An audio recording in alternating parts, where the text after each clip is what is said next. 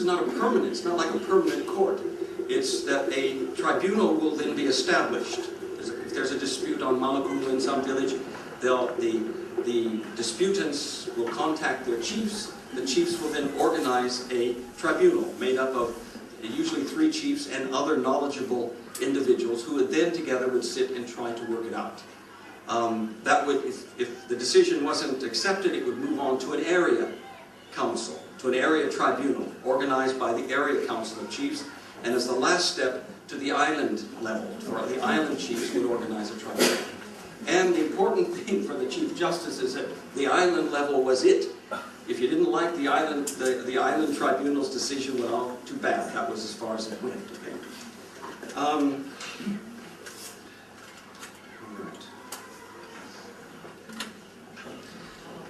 Now this is where I came in 2009. This had been operating for about 6 years. It got going. And they wanted to, there'd been a review earlier on, and they asked us to do it in 2009. So what you're hearing now is sort of my impression, our impression of how we thought it was working. And we went around, spent a lot of time talking to people who had actually been involved in customary land tribunals. So the idea, you know, we're trying to say, well, you know, what do you think? Did it work? Do you like it? And the interesting thing was that the earlier review found that most people were very frightened of it. It was strange, it was new, and they weren't happy. But within a few years, with the increasing number of tribunals actually having been called, it was about by now we counted about 130 something that had been finalized and the reports sent in to the office in Lima.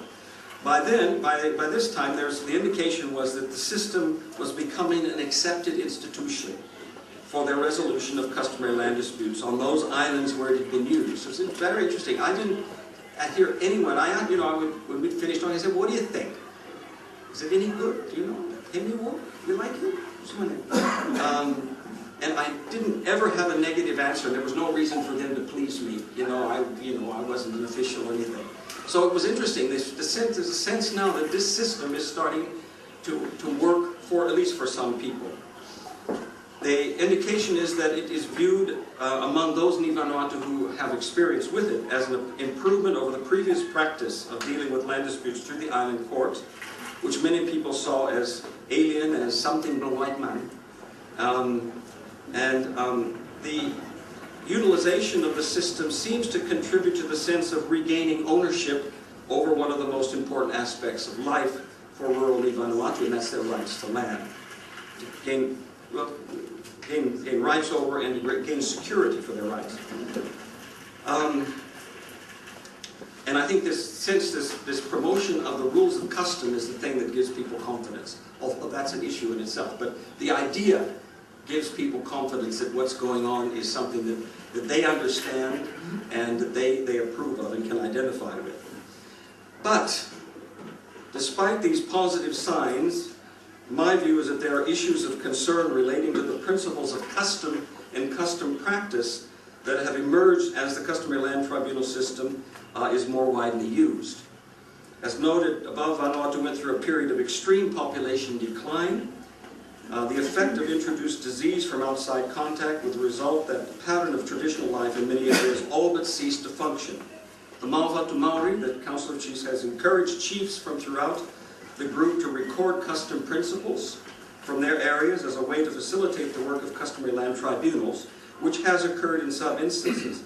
But the widespread attitude exists that many people do not know their traditions and are prone to give uninformed evidence in a tribunal or fabricate information as required to meet their needs. Obviously, if you want a piece of land, you suddenly have a great deal of knowledge about the custom behind it. I'm not trying to put it down, but human beings are human beings, and I'm not a romantic anymore. For example, it is common to hear people from Efate, which is the island where Vila is located, which explains a lot. It's the island that has really undergone significant change. It's common to hear them say that they follow a patrilineal system with regard to inheritance of land rights, which is simply not true.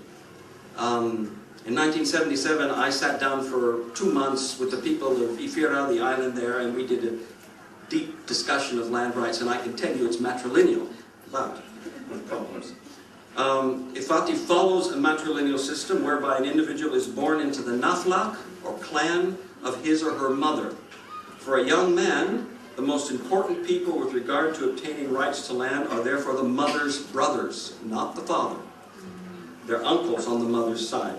What is happening is that the system is changing due to factors like church influence. Missionaries were shocked by the matrilineal system. It doesn't fit the whole Judeo-Christian system or structure, cultural structure. You know, the man is the dominant force, and matrilinealism was seen as really something evil, and people were encouraged to change it. And missions were very strong, and that has certainly, I think, influenced some people. But also, as times have changed, with the money economy and the potential for earning money from land, it has become much more in tune to many men that they really don't want to give this to their sisters' children. Why would you want to give it to your sister's sons? You'd much rather pass on your land and the potential for income to your son.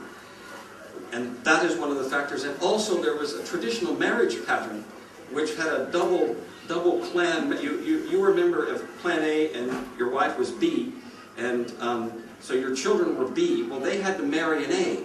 So in fact, the father would hold land and pass it on in the jumping one generation. So there was also a sense of a patrilineal link there. So it's a combination of things, but it certainly was not simply patrilineal. But that's an example of the sorts of changes that have been going on in the custom system, the way people think. They're not conscious of it, it just happens. Change happens, always has.